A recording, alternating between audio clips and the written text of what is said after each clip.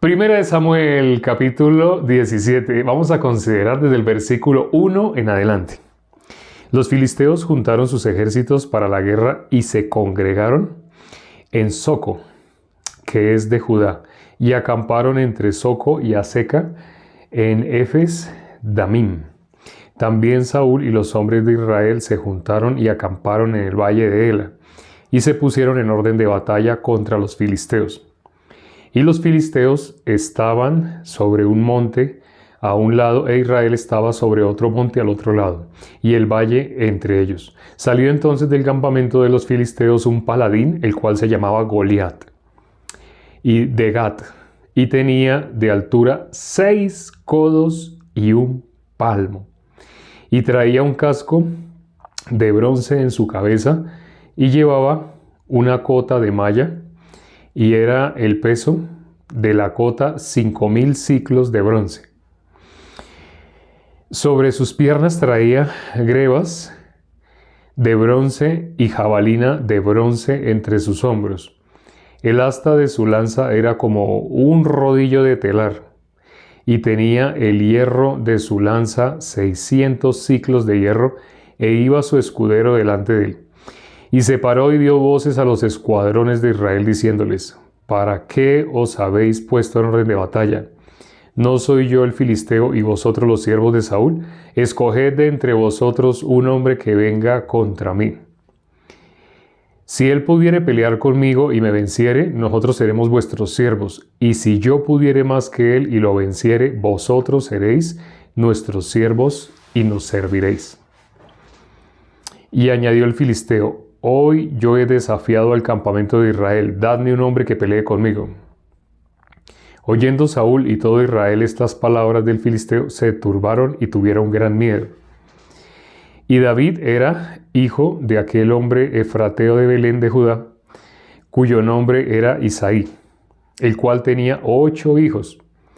Y en el tiempo de Saúl este hombre era viejo y de gran edad entre los hombres. Y los 3 hijos mayores de Isaí habían ido para seguir a Saúl a la guerra.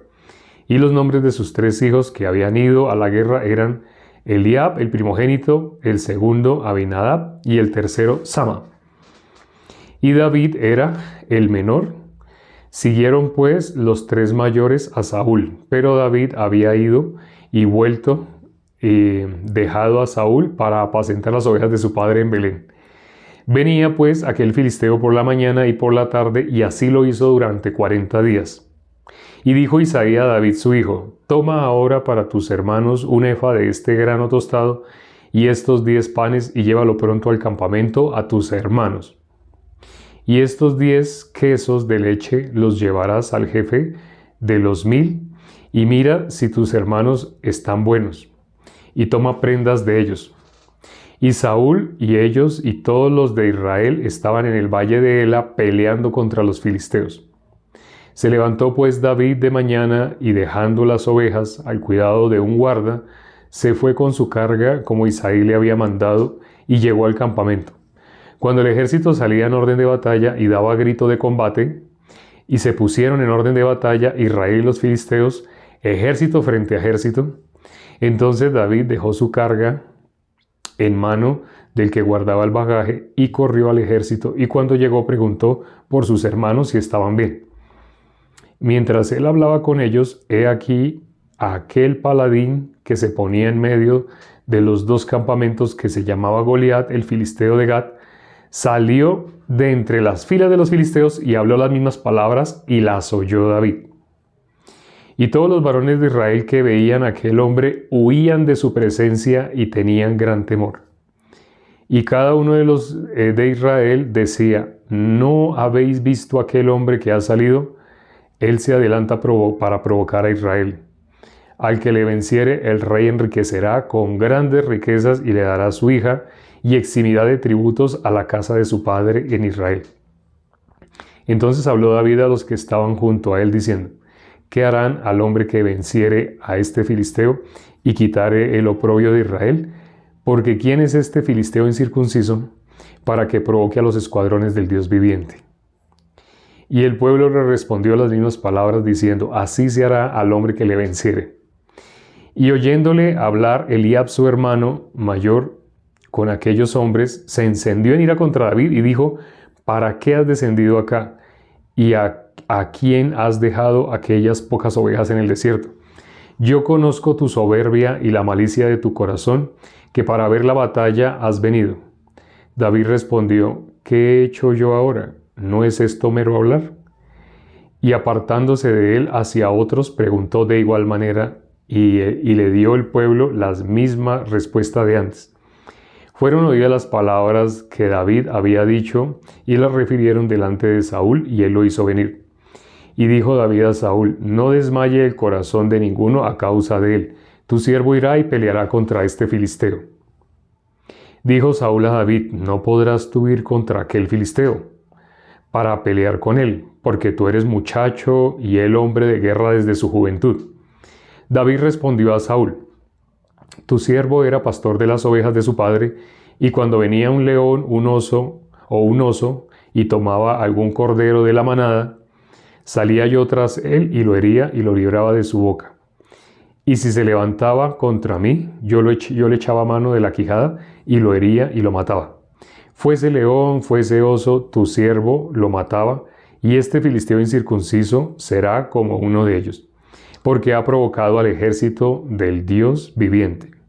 Añadió David: Jehová, que me ha librado de las garras del león y de las garras del oso, él también me librará de la mano de este filisteo. Y dijo Saúl a David: ve y Jehová esté contigo. Y Saúl visitó a David con sus ropas y puso sobre su cabeza un casco de bronce y le armó de coraza. Y ciñó David su espada sobre sus vestidos y probó a andar, porque nunca había hecho la prueba. Y dijo David a Saúl: yo no puedo andar con esto porque nunca lo practiqué. Y David echó de sí aquellas cosas, y tomó su cayado en su mano, y escogió 5 piedras lisas del arroyo, y las puso en el saco pastoril, en el zurrón que traía. Y tomó su honda en su mano, y se fue hacia el filisteo. Y el filisteo venía andando y acercándose a David, y su escudero delante de él. Y cuando el filisteo miró y vio a David, le tuvo en poco, porque era muchacho y rubio y de hermoso parecer. Y dijo el filisteo a David: ¿soy yo perro para que vengas a mí con palos? Y maldijo a David por sus dioses. Dijo luego el filisteo a David: ven a mí y daré tu carne a las aves del cielo y a las bestias del campo. Entonces dijo David al filisteo: tú vienes a mí con espada y lanza y jabalina, mas yo vengo a ti en el nombre de Jehová de los ejércitos, el Dios de los escuadrones de Israel, a quien tú has provocado. Jehová te entregará hoy en mi mano, y yo te venceré y te cortaré la cabeza, y daré hoy los cuerpos de los filisteos a las aves del cielo y a las bestias de la tierra, y toda la tierra sabrá que hay Dios en Israel. Y aconteció, y sabrá toda esta congregación que Jehová nos salva con espada y con lanza, porque de Jehová es la batalla, y él os entregará en nuestras manos. Y aconteció que cuando el filisteo se levantó y echó a andar para ir al encuentro de David, David se dio prisa y corrió a la línea de batalla contra el filisteo.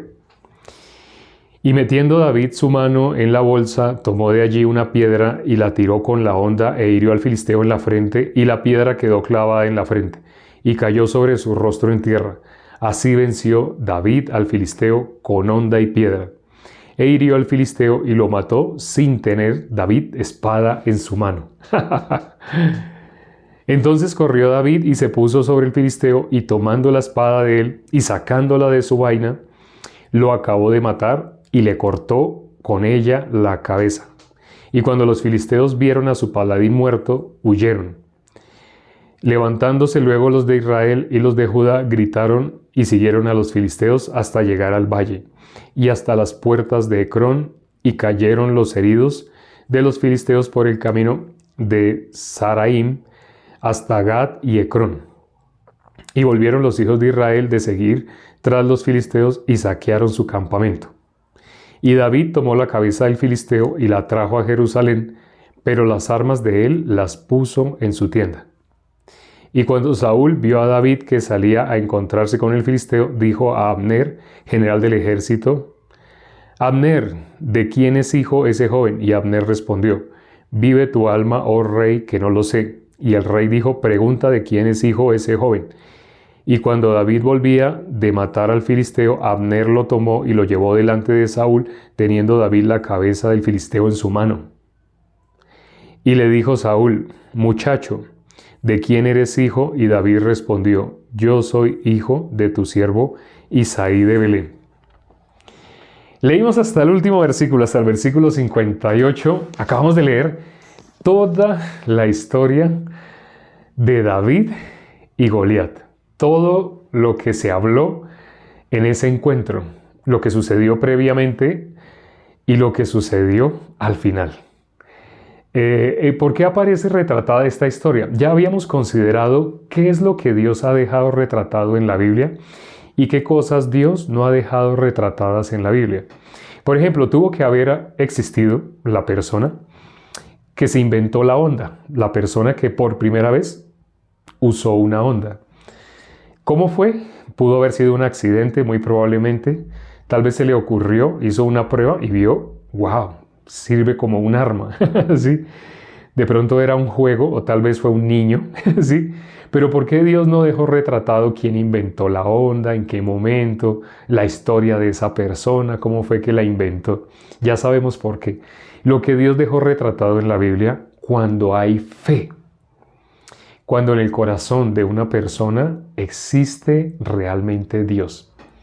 Habíamos considerado el último versículo de Hebreos capítulo 1, en donde se habla de los ángeles. ¿Qué son los ángeles? ¿Acaso alguna vez Dios a un ángel le dijo: siéntate a mi diestra? No, ¿no son acaso espíritus ministradores al servicio de los que han de heredar? Vamos a leerlo como dice textualmente. Hebreos capítulo, hoy ahora sí voy a colocar rápidamente para volver, voy a colocar el lapicero acá. Vamos a mirar Hebreos capítulo 1, versículo 14. Hebreos capítulo 1, versículo 14. Dice: ¿no son todos espíritus ministradores enviados para servicio a favor de los que serán herederos de la salvación? Está hablando de los ángeles. ¿Qué es lo que dice de los ángeles? No son todos espíritus ministradores enviados para servicio a favor de los que serán herederos de la salvación. ¿Por qué hoy volvimos a considerar este versículo? Lo habíamos considerado hace creo como un mes, más o menos. Pero ¿por qué hoy volvemos a mirar este versículo? Porque David está contando cómo Dios le libró del oso, del león. Cuando un león se atravesaba, cuando un león quería así robarse las ovejas así, un pastor no puede dejar que un león se lleve una oveja. Si deja que se lleve una oveja, una persona podría pensar: pues por lo menos ya sacia el hambre y ya no molesta. ¿Sabe qué va a pasar? Si el león se lleva una oveja de esa manada, inevitablemente va a volver, pero ya no va a volver solo. Porque les va a mostrar a todos los otros leones dónde es que se puede encontrar gratis. Gratis, la palabra que tanto gusta. Curiosamente, esa palabra gusta mucho, pero cuando les explicamos a las personas que la salvación es gratis, ¡ay, no, así sí no! Quiero gratis todo, que me regalen esto, me regalen casa, me regalen carro, eso sí estoy dispuesto. Por eso existen tantos estafadores que fácilmente se aprovechan de que el ser humano por naturaleza es avariento y les ofrecen cualquier cantidad de cosas a las personas para que vayan como un conejo detrás de una zanahoria, para que estén entretenidos tratando de tener. Gratis. Pero si les hablamos de la salvación, tú no tienes que hacer nada para ser salvo. No tienes que hacer nada para recibir la salvación. La salvación es gratuita. La salvación únicamente, ¿cómo se obtiene? Por fe. Solo tienes que creer lo que está escrito en la Biblia que Dios hizo. La obra que nos hace salvos no es la obra tuya. No es nada que tú hagas, tus madrugadas, tus trasnochadas, las veces que tú has ayunado, te has quedado demacrado de tanto que has ayunado. Dios no mira nada de eso. Sé, tu pensamiento te va a decir que sí. Por algo tú lo haces, porque tú crees que Dios se agrada de ese tipo de cosas. Pero cuando leemos la Biblia, sobre todo Isaías 58, Dios no quiere eso. Eso que nosotros pensamos, que es lo que Dios se agrada, ese es nuestro pensamiento. Ayer hablamos más exactamente sobre nuestros pensamientos en relación a los pensamientos de Dios. No tienen nada que ver. Nuestro punto de vista y el punto de vista de Dios, ¿qué cosa tienen en común? Nada. ¿Sí? El punto de vista de Dios es totalmente diferente al punto de vista del hombre. Cuando le decimos a las personas que la salvación es gratis, ¿la pueden aceptar o la rechazan? La rechazan, la rechazan. Todo lo otro lo quieren gratis. Todo lo otro que es lo material. Las cosas materiales sí las quieren gratis. Si tú le vas a dar algo material, ahí sí, fácilmente se recibe. Pero tú vas a decirle la salvación es por creer lo que Dios hizo, la obra de Dios. ¿No sabes cuál es la obra de Dios? Algunos sí saben, pero muchas personas no saben cuál es la obra de Dios.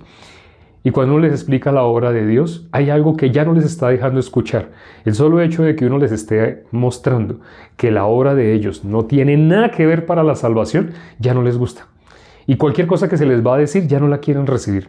Esto para la gran mayoría de las personas, cuando están viviendo por su propio punto de vista. El requisito para que una persona pueda recibir la palabra tal cual como Dios la da, es que no crea sus pensamientos, que no crea su punto de vista, sino que crea la palabra de Dios. Vamos a leer el versículo 33. Vamos a leer el versículo 33. Este capítulo que leímos el día de hoy, Primera de Samuel, capítulo 17, tiene 52 versículos. Vamos a leer el versículo 33. ¿Qué dice? Versículo 33. Dijo Saúl a David: no podrás tú ir contra aquel filisteo para pelear con él, porque tú eres muchacho y él hombre de guerra desde su juventud. ¿En qué se estaba apoyando? ¿En qué se estaba apoyando Saúl para lanzar esta expresión?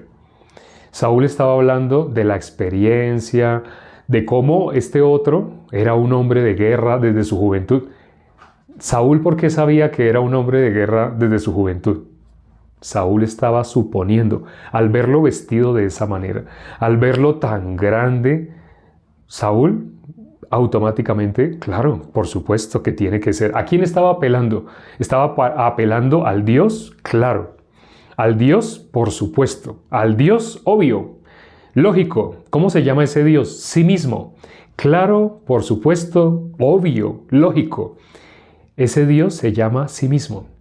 Esa es la aplicación que dejó instalada en el celular. Nosotros, siendo la máquina más perfecta que ha existido, ha sido el ser humano. No hay nadie que se pueda comparar con el ser humano. Entre diferentes especies no se puede engendrar. Hay personas que han mostrado una vaca que nació con 2 cabezas. O no sé, una vaca que nació siamés, nacieron 2 vacas pegadas. Y hay personas que han dicho, eso ha sido porque los hombres están teniendo relación con los animales. Y eso se ha difundido como mito. Pero sí saben que científicamente nunca se ha podido lograr ese cruce, nunca se ha podido cruzar 2 especies diferentes. La gente piensa que el simio es lo más parecido al ser humano. Los científicos han tratado de cruzar óvulo y espermatozoide de simio y de mujer. No han podido. No se puede cruzar especies diferentes. En el caso de los perritos son una misma especie. Aunque haya uno así chiquito y uno grandote, pero son todos los que hacen wow, wow. Sea que hagan wow, wow de una manera grave o hagan como un chihuahua, wow, wow, wow, wow. Son perritos, ¿sí? Son una misma especie. El ser humano es la única especie que tiene la posibilidad de redimir su alma porque ha sido creada por Dios. El ser humano fue creado a su imagen. Fuimos creados a imagen de Dios. Imagen no se refiere físicamente. Hoy precisamente tuve que ir a un lugar no les cuento, tuve que ir a ese lugar y hablé con el señor representante de ese lugar. Él era el señor principal de ese lugar, un señor muy distinguido, alto, tal vez como Saúl, así alto, muy elegante. Y al final me hablé en especial, él me asignó una señora que me guiara, me diera un tour por todas las instalaciones, así hablamos. Esa señora lo respetaba mucho, lo admiraba. Y constantemente me hablaba de ese señor. Ay, es que él así, así, así, así. Hablaba de esa manera. En algún momento, ese señor me llevó a un lugar donde había una imagen. Una imagen. Y tuve que hablarle del espacio físico en el cual se encontraba. Tuve que hablarle de ese espacio. Entonces le dije la distancia que hay. Resulta que esa imagen estaba colocada en un lugar alto. Un atril que pusieron pegado a la pared en un lugar alto. Las imágenes se colocan en lugares altos. Ya sabemos por qué. Cuando lleguemos a Reyes les va a quedar más claro por qué las imágenes se colocan en lugares altos. Y cuando tenía que hablarle entre ese lugar donde estaba la imagen y la puerta, para hablarle de ese espacio, no le dije la imagen, no le dije la estatua. Por respeto con este señor, ya entendí quién era este señor, por respeto con este señor, le dije, entre esa base de madera y la puerta, así le estaba hablando. Pero él llegó y me dijo, él mismo, me dijo, sí, es ese espacio que hay entre la imagen y la puerta. Él llamó imagen. Él dijo, entre la imagen y la puerta. Cuando él dijo así, me sorprendí. Después él se tuvo que ir y quedé con la señora que él me asignó para que me diera el tour por todas las instalaciones. Cuando ya me tenía que ir, la señora estaba muy feliz, le caí bien, gracias a Dios, a esa señora, y a ese señor también les caí bien. Y la señora me dice, ay, es que el padre, él ahorita le dijo a usted entre la imagen y así. Ella misma repitió y dio el título que tenía ese señor en esa institución. Ya se imaginarán a qué institución fui. Lo que me sorprendió, este señor llamó imagen a esa estatua. Era una estatua de una señora, así con las manos así, con la boca un poquito abierta, así la estatua, ¿sí? Y mirando hacia arriba así. Entonces, ¿cómo se ve? Se ve como inocente, así, sí. Era una estatua así, era una señora y la señora tenía así como un velo. Ya ustedes sabrán de quién es esa estatua. Bueno, de quién dicen que es esa estatua. Pero entonces, yo no llamé imagen por respeto. Porque si yo digo la palabra imagen, si ustedes buscan en la Biblia la palabra imagen, ustedes se darán cuenta lo que aparece en la Biblia relacionado con esa palabra. Entonces, no dije esa palabra para no ofender a nadie. Así, porque en ese momento solamente estábamos ganando el corazón. Se cumplió el cometido. Bueno, ¿por qué les nombré esto? Estábamos ahorita hablando del versículo 30. ¿Qué era lo que estaba viendo Samuel? Entonces, por eso, ¿qué era lo que estaba viendo Samuel? Samuel estaba viendo la experiencia, estaba viendo por su punto de vista, estaba agregando cosas que él no sabía. Él es un guerrero desde su juventud, él es guerrero. ¿Por qué? Lo eligieron y lo vistieron así porque él era grande de estatura. Esa es una posibilidad. Pero Saúl sabía eso. Saúl no sabía eso. David, ¿por qué se habla tanto del rey David en el Nuevo Testamento? En la Biblia, cuando se nombra algo, ya sabemos por qué se nombra. Por la fe, la manifestación de la fe. Vamos a leer el versículo 45. Vamos a leer versículo 45. Dice: entonces dijo David al filisteo: tú vienes a mí con espada y lanza y jabalina, mas yo vengo a ti en el nombre de Jehová de los ejércitos, el Dios de los escuadrones de Israel, a quien tú has provocado. El filisteo, no sé si se dieron cuenta la diferencia entre cómo se expresaba el filisteo y cómo se expresaba David. No sé si alguien notó la diferencia. ¿Alguien notó? Hago esa pregunta. ¿Alguien notó la diferencia entre cómo se expresaba ese filisteo incircunciso?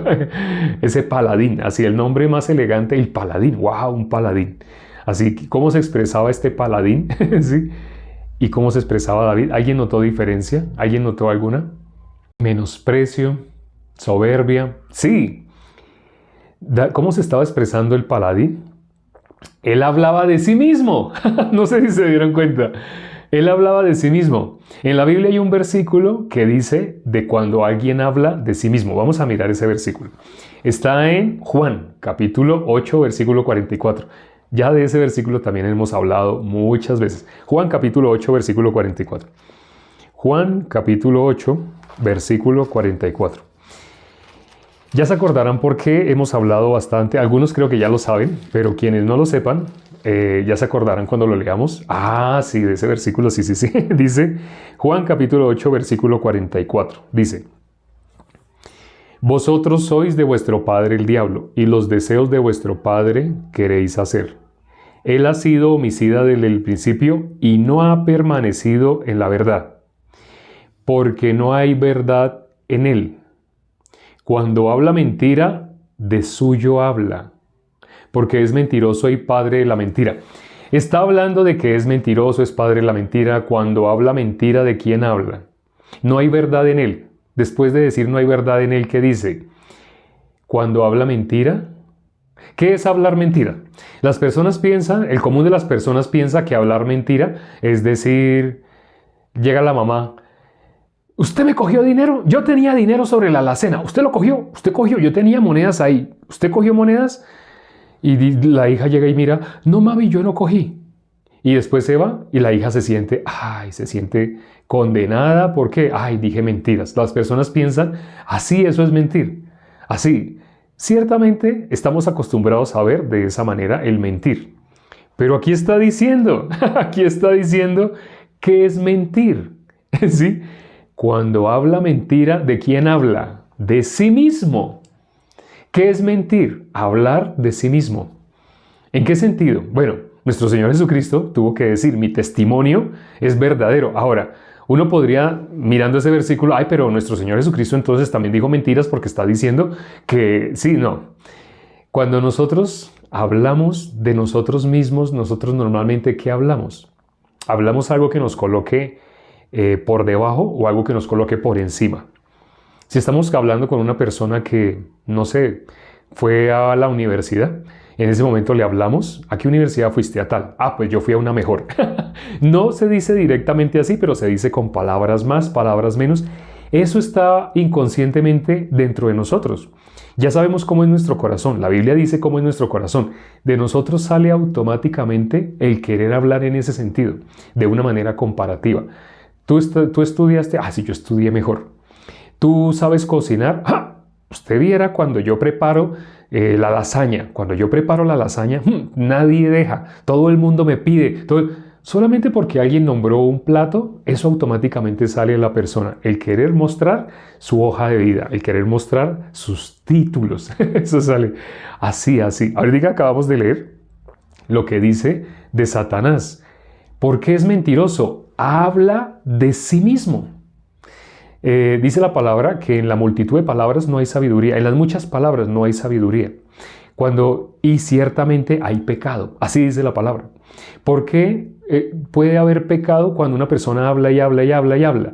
¿De quién está hablando? ¿De quién va a hablar la persona que habla y habla? Habla de sí mismo. Él realmente está hablando, así como David. ¿David de quién está hablando? Bien me lo dijeron al principio. Antes cuando hice la pregunta, las primeras respuestas, David hablaba de Dios. David hablaba de Jehová. David, de entre todos los que están en el Antiguo Testamento, de quien más hablaba nuestro Señor Jesucristo, de David. De David, de Isaías, así. No sé si se han dado cuenta. Isaías, ¿de quién hablaba? Isaías es la persona que más veces dijo: Jehová dijo, Jehová les mandó decir, y es el profeta que más nombra nuestro Señor Jesucristo. Entre todos los profetas, sabemos que Daniel es un profeta uno de los más grandes. Daniel está relacionado con el Apocalipsis, pero nuestro Señor Jesucristo habla de Isaías.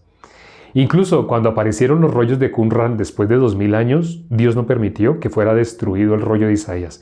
El rollo que quedó intacto fue los 66 capítulos de Isaías. A propósito, no sé si sabían ese dato.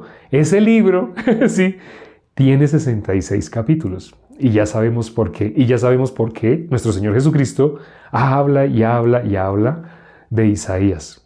Isaías, ¿de quién habla constantemente? De Jehová, ¿sí? El trabajo de Dios, lo que hizo Dios. Lo que hizo Dios, el trabajo de Dios, ¿De quién era Isaías profeta? De Jehová. Cuando lean el libro de Isaías se van a sorprender todo lo que van a encontrar en el libro de Isaías, cómo él habla de Dios. Él no habla de otra cosa, sino Dios me mandó decir. Bueno, está en el Antiguo Testamento. ¿Cómo lo dice? Jehová me mandó decir, así dice. Jehová me mandó decir. ¿Por qué? Porque en el Antiguo Testamento, cuando han leído Éxodo, ¿cómo se presenta Dios? Se presenta cuando le dice Moisés, pero si me preguntan que quién me envió. Pero si me preguntan que cómo se llama el quien me envió. Él insistía, dígame cómo se llama usted. Sí, ¿yo qué les voy a decir? Solamente voy a decir Dios. Entonces Dios le dio 4 letras. Yod, Hei, Bab, Hei. Esas 4 letras no tienen vocales. Entonces no se pueden pronunciar. Para nuestro idioma le han metido algunas vocales. Algunas Biblias dice Jehová, otras Biblias dice Yahvé. Realmente son 4 letras. Esas 4 letras es Jehová. Nosotros sabemos a qué nos estamos refiriendo. Igual, el nombre de Jesús no es Jesús. Uy, algunos se asustará. Espere, tranquilo. Sí, es Jesús para nuestro entendimiento. Y lo aceptamos y no hay ningún problema. Pero en otros países no es Jesús. En otros países es Yeshua, Joshua. En otros países es JC, Jesus. Así. Y hay muchos idiomas en los cuales, cuando ustedes escucharan, ¿a qué se está refiriendo? Es lo mismo. Cuando usted dice Jesús, se está refiriendo a lo mismo. Entonces, no es el nombre. Lo importante es lo que significa. Entonces, Jehová, Dios, ¿sí? Es lo que aquí estamos viendo en el capítulo 8. Estamos viendo que Satanás, lo opuesto a Dios, ¿qué característica tiene? Es mentiroso. Por ser mentiroso, ¿de quién habla? De suyo mismo. Porque en la Biblia dice que cuando una persona habla y habla y habla, va a haber pecado en sus palabras, porque va a resultar hablando de sí mismo. Si cuando una persona habla de sí mismo para enaltecerse, Dios espera que nosotros nos enaltezcamos con nuestras palabras. ¿Qué es lo que hacía David? Vemos el ejemplo. ¿Por qué Dios permitió en este capítulo 17 que David hablara de él? Y que lo que sucedió en el caso de David con Goliat, ¿por qué Dios permitió que quedara retratado? Nos está mostrando el corazón que Dios espera en nosotros. Dios espera en nosotros un corazón como el de David. David se nombró. Pareciera que estaba hablando de él mismo. Cuando así un león entonces cuando uno oye así, un león venía a quitarme una oveja. Uy, David está hablando de él mismo. No se refiere a eso. David realmente, cuando ustedes miran, David es a quién está exaltando, a quién está engrandeciendo. Es más, David lo reconoce y dice, y este paladín va a ser como uno de esos osos, de esos leones, así que yo he tenido que cogerle la mandíbula y no he sido yo. Dios me ha librado, lo dice David. David no se lleva la gloria de que sí, él dice, yo lo tomaba de la mandíbula, pero ¿quién era el que le daba la victoria? Dios. ¿Quién era el que le permitía no morir a mano del león, del oso? Dios. Y David lo reconoce. David no deja sin gloria, sin honra. No sé si se acuerdan también un capítulo que leímos hace poco. Uy, yo no me había dado cuenta a la hora que era.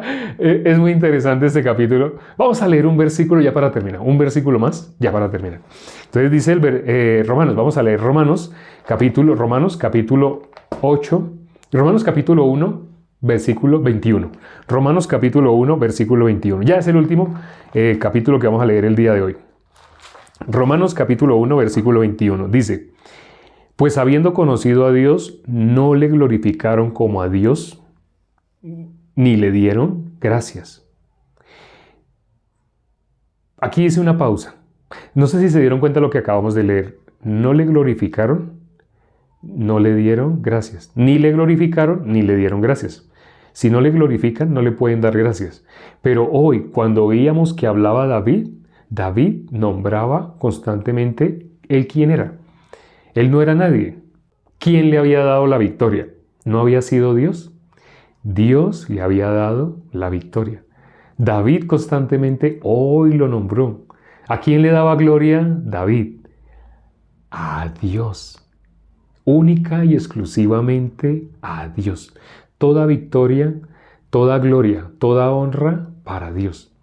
Y si David le daba la gloria a Jehová, bueno, ya sabemos, cuando leímos hoy 1 Samuel 17, él dice Jehová, Jehová de los ejércitos, yo vengo en el nombre de Jehová de los ejércitos. Él está nombrando, ya saben, sí, a Dios. Así como se presentó en el caso de Moisés, así lo está nombrando.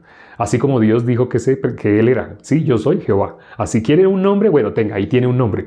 Pero sabemos lo importante realmente es el significado del nombre. Ya habíamos dado el significado en hebreo del nombre, de esas 4 letras. Bueno, de esas 4 letras. Entonces, si alguien quiere ver ese video lo subimos no sé hace cuántos meses, pero fue cuando hablábamos. Después del tabernáculo, nombramos en un tablero, mostramos cada letra del nombre de esos 4, qué es lo que significa.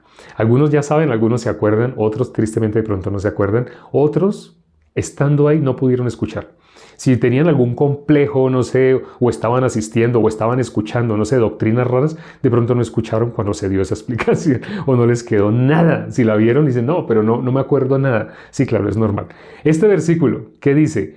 No le glorificaron, no le dieron gracias. Leímos la mitad del versículo. Vamos a leer ya al final de ese versículo. Dice, sino que se envanecieron en sus razonamientos y su necio corazón fue entenebrecido.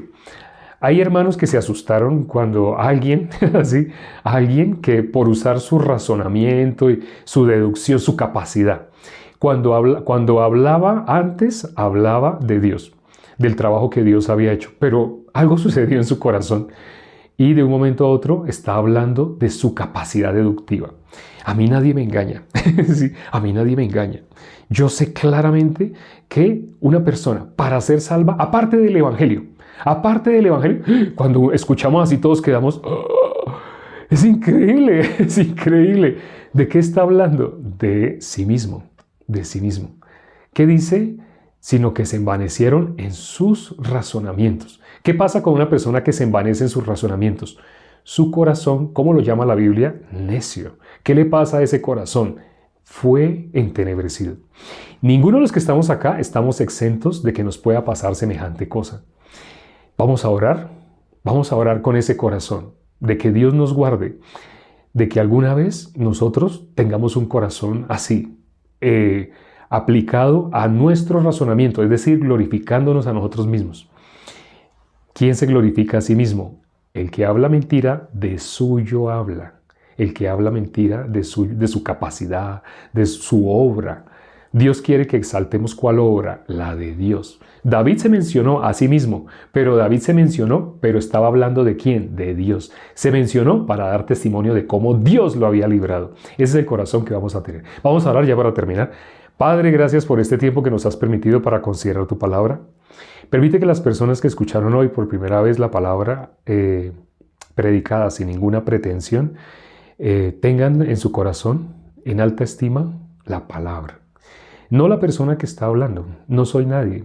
Entre todos los que estamos acá, si conocieran mi pasado, se darían cuenta que soy lo más vil y menospreciado de este mundo. No porque fuera alguien digno, alguien merecedor, no. En su época creí, porque veía algunos resultados, pero yo me robaba la gloria, pensaba que esa gloria era mía, que eso lo había logrado por mis méritos. Pero así como tú me diste muchas cosas, me tuviste que quitar otras para que yo me diera cuenta, eso no proviene de mí, eso no es de mí. Si algo digno de alabanza, si algo digno de admiración, es porque tú lo has permitido. Nosotros, al hablar de nuestra capacidad, de nuestra inteligencia, nuestra astucia, como nosotros sí somos mejores que otras personas, eso lo único que hace es mostrar el enaltecimiento que hoy vimos en Goliat. Goliat hablaba de sí mismo. El mentiroso, en la Biblia habla Satanás, que es padre de la mentira, en él no hay verdad, él es la mentira. ¿Y cómo se caracteriza la mentira? Porque habla de suyo propio, habla de su obra, de lo que él ha hecho. Permite, Señor, que ninguno de los hermanos que aún no han sido zarandeados por Satanás, lleguen a ser zarandeados por Satanás. Te pedimos también por los hermanos, realmente es el hermano, que estuvo entre nosotros como hermano, y realmente, como la palabra dice, salieron de nosotros porque no eran de nosotros.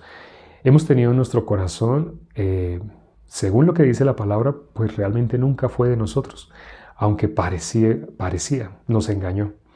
Pero te pedimos por él, te pedimos para que tengas misericordia y le saques de su enaltecimiento, de su soberbia, para que permitas que pueda realmente doblar ante tu palabra. No sea necesario que tenga que experimentar lo que experimentó Nabucodonosor. O bueno, Padre, tú sabes qué es lo que es necesario. Lo importante es que todos los que nos hemos acercado a tu palabra únicamente te sirvamos. Si vivimos, vivimos para ti. Si morimos para ti, también por ti morimos. Hemos orado y todo, la gloria, la honra de todo lo que se ha compartido el día de hoy sea para ti. En el nombre de nuestro Señor Jesucristo. Amén.